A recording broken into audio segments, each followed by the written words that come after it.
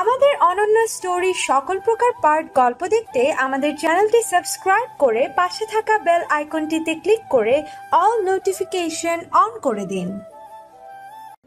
কোথায় একটা পড়েছিলাম, জীবনের সঠিক মানুষ পেলে প্রথম ভালোবাসা।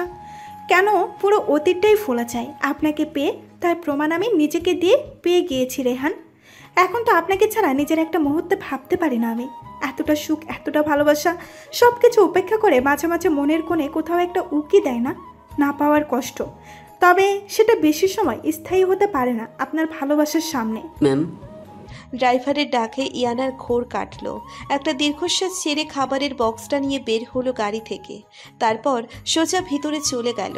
হসপিটালটা রেহানদের নিজেদের। রেহানের বাবা হসপিটালের ম্যানেজমেন্ট বিভাগটা দেখে। ইয়ানা দুজনের খাবারই নিয়ে এসেছে। প্রথমে শ্বশুরের কেবিনে চলে গেল। আসবো বাবা?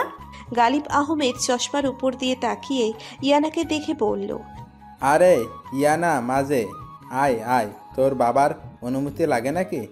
ইয়ানা হাসি মুখে কেবিনে ঢুকে গালিবের খাবারটা টেবিলের উপর রেখে বলল, আপনার খাবার নিয়ে এসেছিলাম বাবা। গালিব ইয়ানার অন্য হাতে তাকিয়ে বলল, ওটা বুঝি রেহানের খাবার। ইয়ানা লজ্জা পেয়ে মাথা নিচু করে বলল,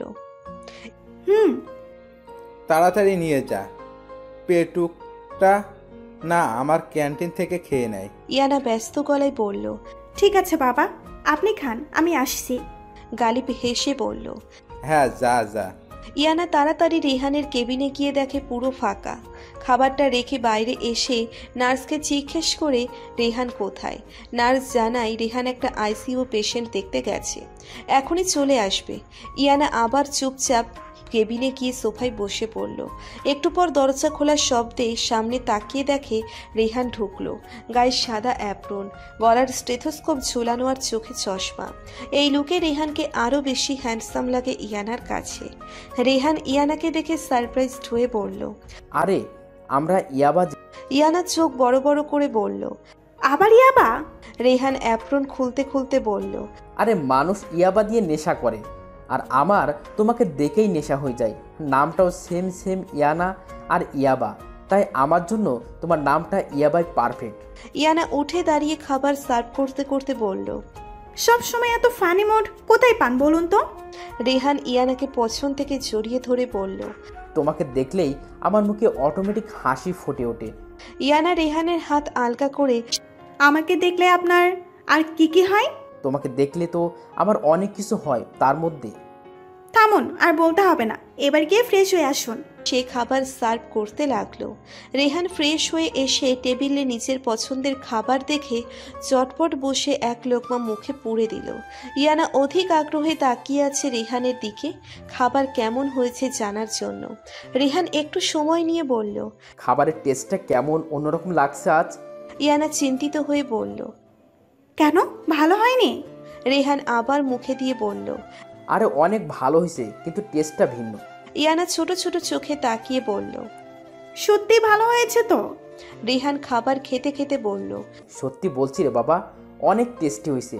ইয়ানা মাথা নিচু করে মুচকি হেসে বলল, আজ সব রান্না আমি করেছি। রেহান চোখ বড় বড় করে তাকিয়ে বলল, হোয়াট, তুমি রান্না করছো? তুমি এত ভালো রান্না করতে পারো? তাহলে এতদিন কেন রান্না করে খাওয়ালে না কেন? এতদিন মায়ের কাছে রান্না শিখেছি ভালো করে, এবার থেকে কিন্তু মাঝে মাঝে রান্না করে খাওয়াতে হবে বলে দিলাম। ইয়ানা মুচকি হেসে বলল, ওকে। রেহান দাঁতে জিহ্বা কেটে বলল, এই যা, নিজের পছন্দের সব খাবার দেখে তোমাকে খাবারের কথা জিজ্ঞেস করতে ভুলেই গেছি। সরি ডিয়ার, তুমি লাঞ্চ করছো? ইয়ানা মাথা নিচু করে বলল, না, আপনি করে নিন, আমি পরে করব। রেহান ব্যস্ত গলায় বলল, 3টা বাজতে চললো, তুমি এখন লাঞ্চ করোনি, আবার বলছো পরে করবো। রেহান বাহাতে ইয়ানাকে টেনে নিচের কোলে বসিয়ে দিল আর এক লোকমা খাবার মুখের সামনে ধরে বলল, নাও হা করো। ইয়ানা বড় বড় চোখে তাকিয়ে বলল, এভাবে? রেহান ডোন্ট কেয়ার ভাব নিয়ে বলল, এভাবে আমার কেন প্রবলেম হচ্ছে না? তোমার কি প্রবলেম? ইয়ানা আর কিছু বলল না, খাবারটা মুখে নিল। সত্যি ভালো হয়েছে খাবার। ইয়ানা এতটা ভালো আশা করেনি। পরে বুঝতে পারল রেহেনা পারভিন তাকে হেল্প করেছে বলেই এতটা ভালো করতে পেরেছে। ইয়ানাকে কোলে বসিয়ে খেতে রেহানের বেশ অসুবিধে হচ্ছিল দেখে ইয়ানা উঠে আসতে চায়, কিন্তু রেহান জোর করে বসিয়ে রাখে। এভাবেই বাকি খাবারটা শেষ করে দুজনে। তুই অস্ট্রেলিয়া যাচ্ছিস, আমাদের একবার জানানোর প্রয়োজন মনে করিস? আমিনুল মাহমুদ গম্ভীর গলায় কথাটা বলে আরমানের দিকে তাকালো। ড্রয়িং রুমে পুরো পরিবার থমথমে মুখ করে বসে আছে আরমানের কথা শুনে। কথা তো বড় বড় চোখে তাকিয়ে আছে। সাহিরা বেগম কাঁদো কাঁদো গলায় বলল, স্কলারশিপ পাওয়ার পর তোর বাবা জোর করে পাঠাতে পারলো না, তাহলে এখন কেন যেতে চাইছিস তুই? আরমান শান্ত গলায় বলল, এর উত্তরটা আমার থেকে ভালো তুমি জানো মা। সাহিরা অবাক হয়ে বলল, আমি জানি মানে? আরমান এবার উঠে দাঁড়িয়ে বলল, তোমাদের জানানো প্রয়োজন ছিল, জানালাম। আমার সিদ্ধান্ত পরিবর্তন হবে না। সামনের সপ্তাহে আমি অস্ট্রেলিয়া যাচ্ছি, এটাই ফাইনাল। আরমান হনহনিয়ে নিচের রুমের দিকে চলে গেল। দিয়ে বসে মাহমুদ মাথায় হাত দিয়ে বসে রইলেন। সাহিরা বেগম আঁচলে মুখ গুজে বিলাপ করে কাঁদতে লাগলো। আর কথা আরমানের পিছন পিছন গেল। সাহিরা বেগম হাড়ে হাড়ে টের পাচ্ছে সে নিজের হাতে নিজেরই সাজানো সংসার ধ্বংস করে দিয়েছে। ইমা এবাড়ি থেকে যাওয়ার পর তাদের জীবনে শুধু খারাপই হচ্ছে। কার থেকে পালাতে চাইছো ভাইয়া? আরমান বেডে বসেছিল মাথা নিচু করে। হঠাৎ কথার আওয়াজ শুনে মুখ তুলে তাকালো। আরমানের চোখ দুটো লাল হয়ে গেছে, তবে রাগে নয়, চাপা কষ্টে। তারও ভালো লাগছে না সবাইকে ছেড়ে যেতে, আবার এখানে থাকতেও দম বন্ধ হয়ে আসছে দিন দিন। আরমান আবার মাথা নিচু করে বলল, কি বলছিস এসব? কথা আরমানের সামনে ফ্লোরে বসে বলল, তোমার কি হয়েছে ভাইয়া, আমাকে বলবে না? আরমান শান্ত গলায় বলল, কি হবে? কিছু না। আমি জানি এমনি এমনি তুমি চলে যেতে চাইছো না। ঈশানকে ভালোবাসিস? আরমানের মুখে হঠাৎ এমন কথা শুনে কথার বুক কেঁপে উঠল। ভয়ে বুক ধরফর করছে। আরমান কথার দিকে তাকিয়ে পড়ল, ভালোবাসা জিনিসটা খুব অদ্ভুত। যখন আমাদের কাছে থাকে আমরা কেউ গুরুত্ব দিই না, কিন্তু যখন হারিয়ে ফেলি তখন জীবন মূল্যহীন মনে হয়। ঈশান ভালো ছেলে, কখনো তোকে কষ্ট দেবে না। শুধু হারিয়ে যেতে দিস না, আগলে রাখিস। বড় ভাই হয়ে এসব বলছি বলে অবাক হচ্ছিস? জীবনে অভিজ্ঞতা খুব মারাত্মক একটা জিনিসের কথা, অনেক কিছু শিখিয়ে যায়। আমার মাথা ধরেছে, তুই এখন যা। আরমানের কথার মানেগুলো বুঝতে দেখতে বেশ কিছুদিন কেটে গেল। ইমা প্রয়োজন ছাড়া কথা বলে না ইয়াদের সাথে, আর ইয়াদও ইমার রাগ ভাঙায়নি। ইয়াদ এমন একটা ভাব নিয়ে আছে, ইমা তার সাথে কথা বলা না বলায় তার কিচ্ছু আসে যায় না। এসব দেখে ইমার অভিমান দিন দিন বেড়েই চলেছে। ইয়াদ কিচ্ছু চাওয়ার আগে সব হাতের কাছে পেয়ে যায়, শুধু ইমার দেখা পায় না। সকালে সে ওয়াশরুমে থাকতেই ইমা তার ব্ল্যাক কফি, অফিসের প্রয়োজনীয় সব রেখে উধাও হয়ে যায়। আজ ইয়াদের হাতের কাছে টাই পেয়েও মাথায় দুষ্টু বুদ্ধি চাপল। দরজার কাছে দাঁড়িয়ে চেঁচিয়ে বলল, আমার টাই কোথায়?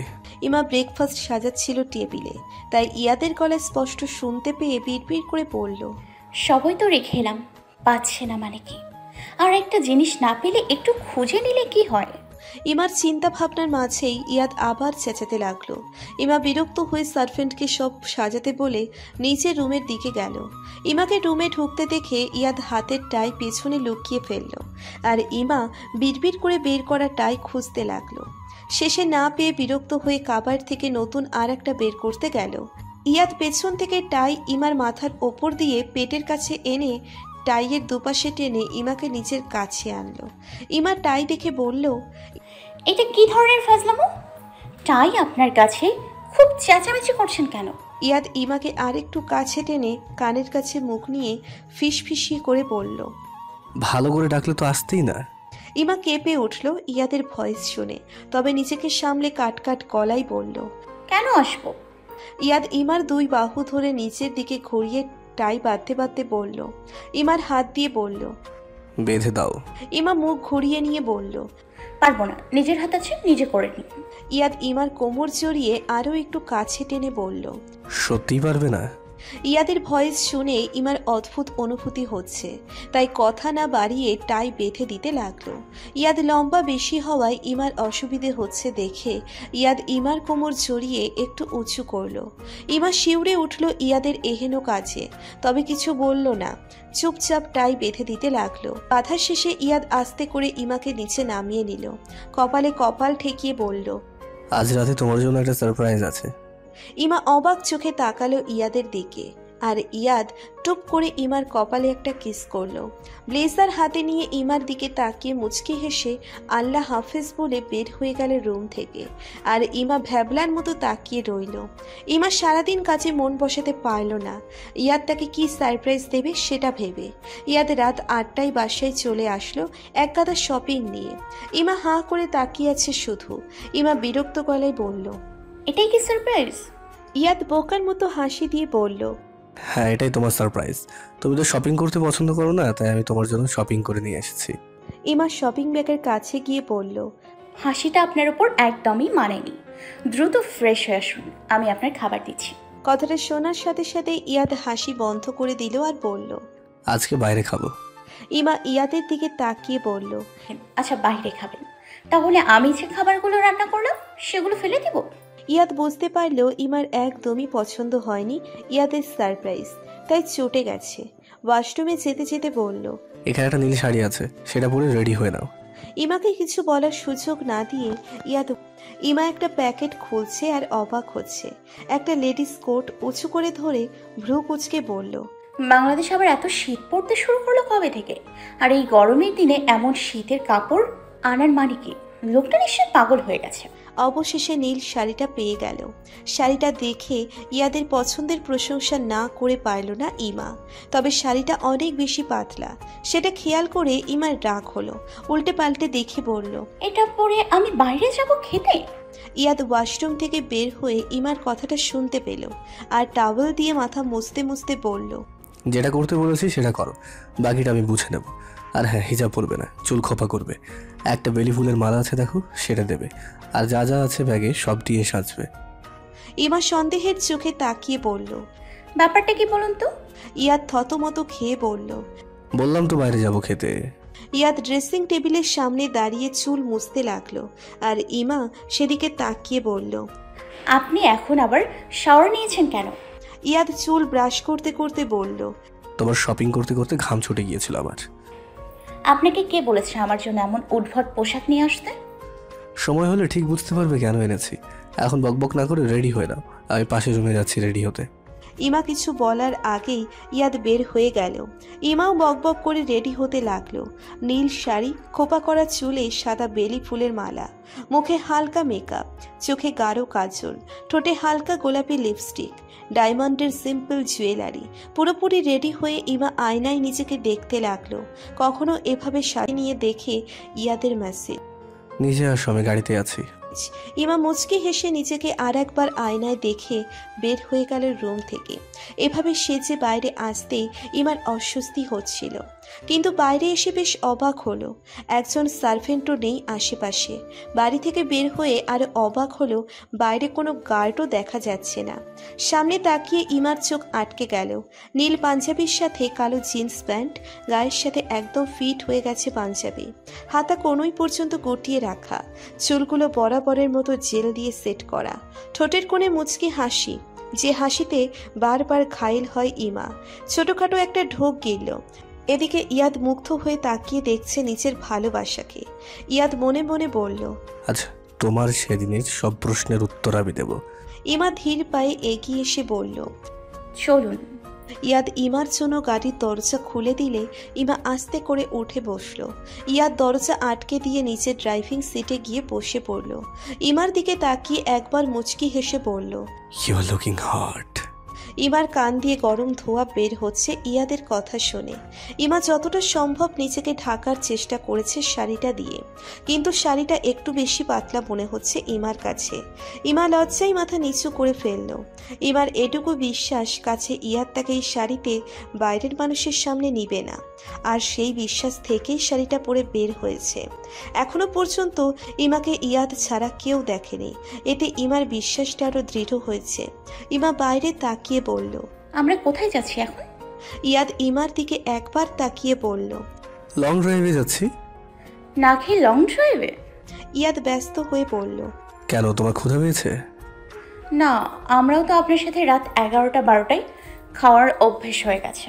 ইয়াদ ছোট ছোট চোখে তাকিয়ে বলল, মিথ্যা কেন বলছো? আমি তো এখন 10টার আগে বাসায় চলে আসি। ইমা দাঁত বের করে হাসি দিয়ে বলল, সেটা তো মাঝে মাঝে। উল্টো কেন বলছো তুমি? মাঝে মাঝে একটু বেশি রাত হয়ে যায়, আর প্রায় তো তাড়াতাড়ি চলে আসি তখন। তার মানে আমি মিথ্যে বলছি?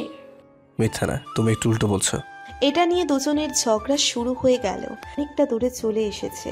একটা বড় ব্রিজের সামনে এসে গাড়ি থামালো ইয়াদ। ইমাকে গাড়িতে বসতে বলে নিচে নেমে গেল আর একটু পর আইসক্রিম নিয়ে ফিরে এলো।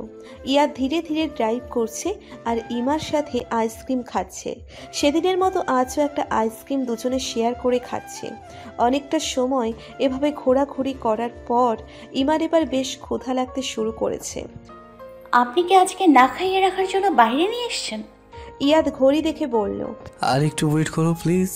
ইমা আর কিচ্ছু বলল না। ইয়াদ ফার্ম হাউসের দিকে যেতে লাগলো। ইমার কাছে জায়গাটা বেশ নির্জন মনে হচ্ছে। ইয়াদ গাড়ি থামিয়ে ইমাকে নামতে বলল। ইমা ভয়ে ভয়ে আশেপাশে তাকিয়ে বলল,